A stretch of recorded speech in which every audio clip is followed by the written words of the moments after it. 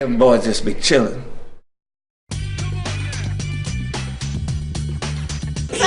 Dance, I said. Perfect. How are you feeling? Look, I got my gun. Here. Now coming to the stage, Mr. Disability. Mr. Disability and Sexual Light Chocolate.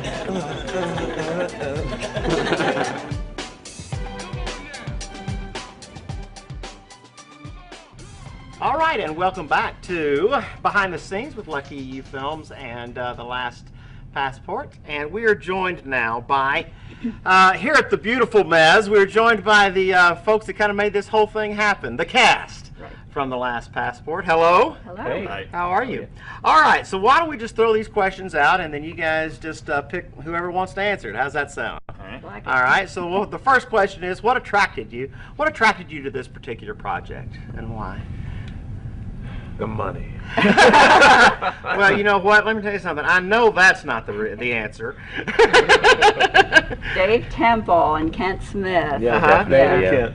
Hearing their voices on the phone, I said, yep. Yeah, Jimmy, you had a special attraction to this.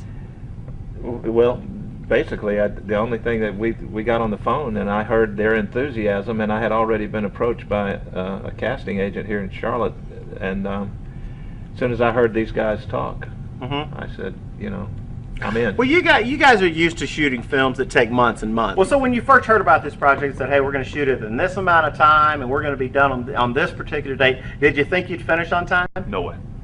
I did. You did? Yeah. How come? I come from a production background, man. I know that if you set your mind to a time schedule, you can get anything done. Yeah? Yeah. Once we Unless got it's into trying it. to get out of whack or something like No. that. I would say to Dave and Kent, how are you holding up? I mean, you guys are working 24 hours a day. We at least come in and do our thing and leave, and they were just going at it. And they said, because I have a goal, and we're going to do this. And so then we knew that they were going to do it. Yeah. 2 days before filming, we had a read-through, and they were literally printing off the scripts. They were still warm while we were waiting for them. And I'm thinking, there's no, yeah. And even then, there were changes after that. Well, you know, a lot of them, you know, you always hear he's a actor's director. I mean, how well did the directors understand your needs, especially on the timetable that they were under? Pretty well. I remember talking. I remember right before I was about to film a scene, I was going over the lines, and I remember going up to Kent and saying, hey, you know, this makes sense how it's written, but I feel that the way I would say it would be a little different. And I remember him saying that, hey, we don't have the time to be like, you know, take it and run with it as you please. You know? And within the urgency of the timetable, they were incredibly sensitive and trusting for us to take it where we needed to take it to get the job done. Yeah, so the directors did their job, so to speak. Pushing past the adrenaline and letting us. Well, now, so who gets the best actor for the film? I don't know that anybody here was acting. Well, everybody just pointed at you. Yeah. I know they did, but I can't honestly. You know, that's the big rule where I come from. You don't let them catch you acting. Yeah. And so I thought everybody here was pretty legit. Right. What was the best moment on the set for you? For me, my best moment was when I got to tell Chris that a quote from the Blue Book that says that there are people who are constitutionally incapable of being honest with themselves. I don't know if that's in the film, but that was one of my highlight moments because I always wanted to say that to somebody who needed to hear it. Of course, in that moment, I was like, right. So that means what again? So, were any of y'all's lives close to the character that you played in the film? I became more attached to it. I'm kind of flirting with him, of course, you know, sweet little man here. And I play an over-the-top character, which is not, I'm kind of a quiet person.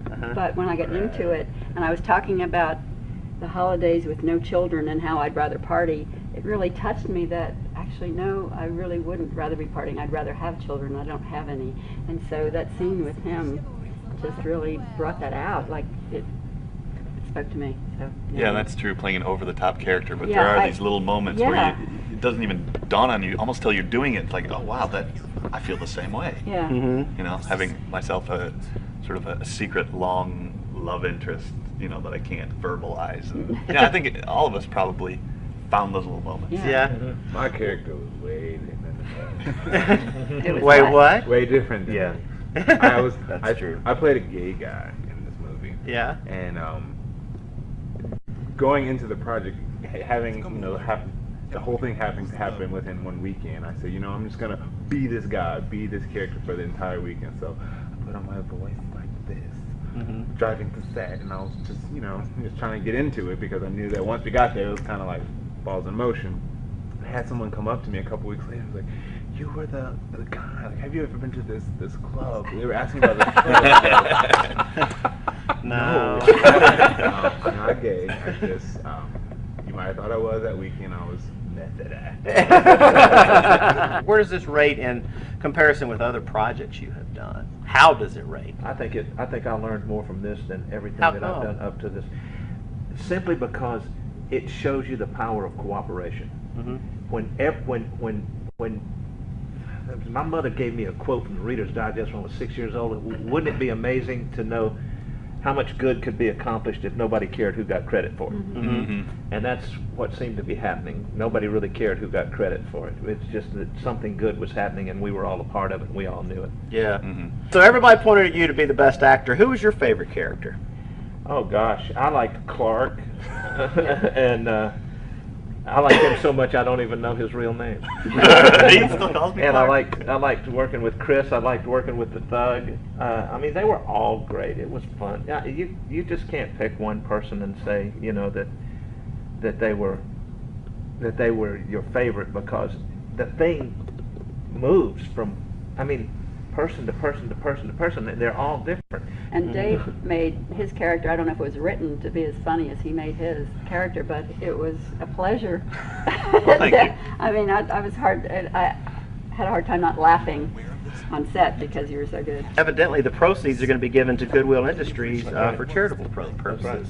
So this had to be something to be kind of special to be a part of. And I think that's reflective of, you asked before, but it's kind of reflective of the tone. It just, we're doing something more than just for ourselves. Right. And that was from the moment we walked in to being on set, what Jimmy said, and just even to, having the premiere here.